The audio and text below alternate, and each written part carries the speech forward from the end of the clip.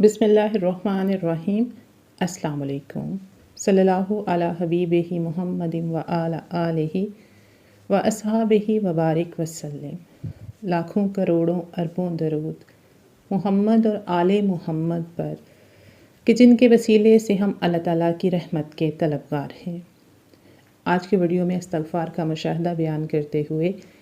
ایک بہن کہتی ہیں کہ ان کے والد کا بہت اچھا کاروبار تھا، لیکن حالات کی وجہ سے ان کا کاروبار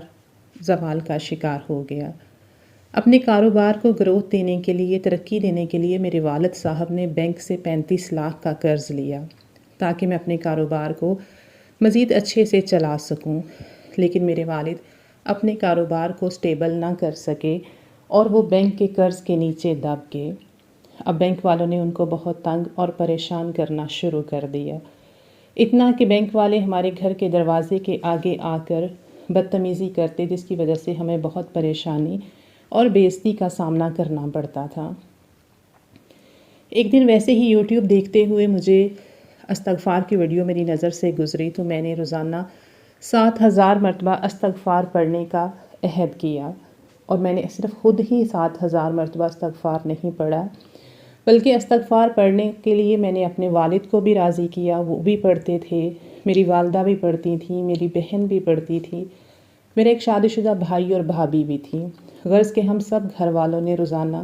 7000 مرتبہ استغفار کو پڑھنا شروع کر دیا۔ ابھی ہمیں استغفار پڑھتے ہوئے صرف 3 سے 4 مہینے ہی ہوئے تھے کہ استغفار نے میریکل کرنا شروع کر دیا، اور وہ قرض جس کی وجہ سے ہم بہت پریشان تھے، اللہ تعالیٰ نے ایسا غیبی اسباب بنانا شروع کر دیا کہ کچھ ہی مہینوں کے اندر وہ قرض جو کہ ہمارا 35 لاکھ پر محیط تھا، وہ 26 لاکھ پر آ گیا۔ اور سب سے حیران کن بات کہ وہ بینک والے جو ہمیں اپنی رقم واپسی کے لیے بہت زیادہ ذلیل کر رہے تھے، انہوں نے بالکل بھی ہمیں پریشان کرنا چھوڑ دیا، اور ہم بینک والوں کی طرف سے بالکل مطمئن ہو گئے۔ اگر چند مہینوں کے اندر ہمارا قرض 35 لاکھ سے کم ہو کر 26 لاکھ پر آ گیا، تو ہمیں امید ہے کہ انشاءاللہ تعالیٰ استغفار کی برکت سے جو باقی کا قرض بھی رہتا ہے وہ بھی اللہ تعالیٰ بہت جلد اتار دیں گے۔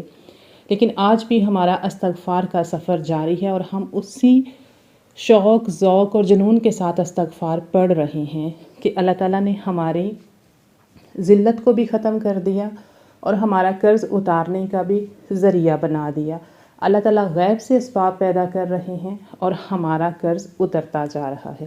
اللہ تعالیٰ سے امید کرتے ہیں کہ اللہ تعالیٰ اسی طرح سے جو لوگ بھی مشکلات میں پھنسے ہوئے ہیں، اللہ تعالیٰ ان کی مشکلیں استغفار کی مدد سے آسان کرے۔